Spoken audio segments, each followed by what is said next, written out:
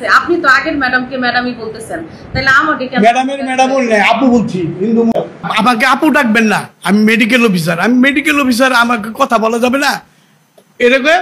পরে আমি চলে গেছি, সামনে গেছি, আপনি বের হয়ে যান আমাকে এইভাবে। আমি পরে বলছি যে আমি মেডিকেল অফিসার এবং ও হচ্ছে ওরা আমার অর্ডার লিখে দিচ্ছে। আমি শুধু হচ্ছে না করছি না, কিছুই বলি নাই। এরপরে আমি পরে উনি উত্তেজিত হয়ে বলতেছে হ্যাঁ আপনি কি হয়ে গেছেন, আপনাকে আপু ডাকা যাবে না এসে। তখন আমি বলছি আমি মেডিকেল অফিসার। ঠিক আছে, আপনি এটা বলেন না। যখন আমি বলছি যে আপু এটা একটু চেঞ্জ করে দেন, আপু ডাকবেন না, আমি মেডিকেল অফিসার এটা বলছি।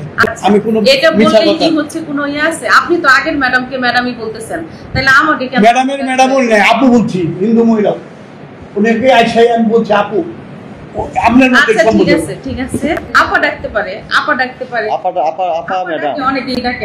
আচ্ছা, আপনি হচ্ছে আমার কর্তৃপক্ষের সাথে, হাসপাতাল কর্তৃপক্ষের সাথে অফিশিয়ালি আমি স্টেটমেন্ট দিব। আমি আগে আমার স্যারের সাথে কথা বলি। আপনি প্লিজ ক্যামেরা অফ করেন, আমি কিন্তু আপনাকে, আপনি প্লিজ ক্যামেরা অফ করেন, প্লিজ। আমি হচ্ছে আমি স্যারের সাথে কথা বলে নেই, ঠিক আছে? আমি কিছুই বলবো না এখন। আমি কিছু স্যার ডাকতে বলি নাই, উনাকে কিছু ডাকতে বলছি, আপনাকে কিছু ডাকতে বলছি, কিছু বলি নাই। আমি বলছি যে এই ওষুধটা পাওয়া যাইতেছে না আপু, আপনি এটা চেঞ্জ করে দেন। আমি মেডিকেল অফিসার, আমাকে না আমাকে আপু ডাকবেন না। আমি মেডিকেল অফিসার, আমাকে কথা বলা যাবে না এরকম। পরে আমি চলে গেছি, সামনে গেছি, আপনি বের হয়ে যান আমাকে এইভাবে। ট্রিটমেন্ট ওই যে অন্য জনে লিখে দিছে যে ইয়া থাকে, কিন্তু সে আমাকে বের করে দিছে। আমি আসছি চিকিৎসা নিতে, পরে বলছি আমাকে চিনেন, আপনাকে চিনা লাগবো, আপনি কে? আমি বললাম আমি শেরপুর প্রেস ক্লাবের কার্যনির্বাহী সদস্য। আমার মেয়েকে নিয়ে আসি এইখানে ইমার্জেন্সিতে। তখন এক ডিউটি ডাক্তার ছিল, হিন্দু মহিলা, উনি আমার লিখে দিয়ে গেল ভর্তি এবং ওষুধ লিখে দিয়ে গেল। ওই ওষুধটা আমি ফার্মেসিতে যাই, ওটা মিলে নাই।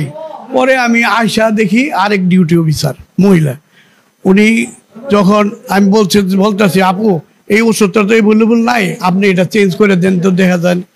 উনি বলতেছে আমাকে আপু বলবেন না, আমি মেডিকেল অফিসার। আমি বললাম যে আপনি মেডিকেল অফিসার, আপনি কি আপু বলা কি আমার পাপ হইলো? আমি একটু রাগ করে বলছি এটা কি আপনাকে আপু বলা আমার পাপ হইলো? তখন আমার বলতেছে বেরিয়ে যান আপনি। কয়েকবার 3-4 বার করে বেরিয়ে যান। আমি বললাম আমি বেরিয়ে যাবো, আমাকে আপনি চিনেন, এই কথা বলছি। তারপরে আমি চলে গেছি।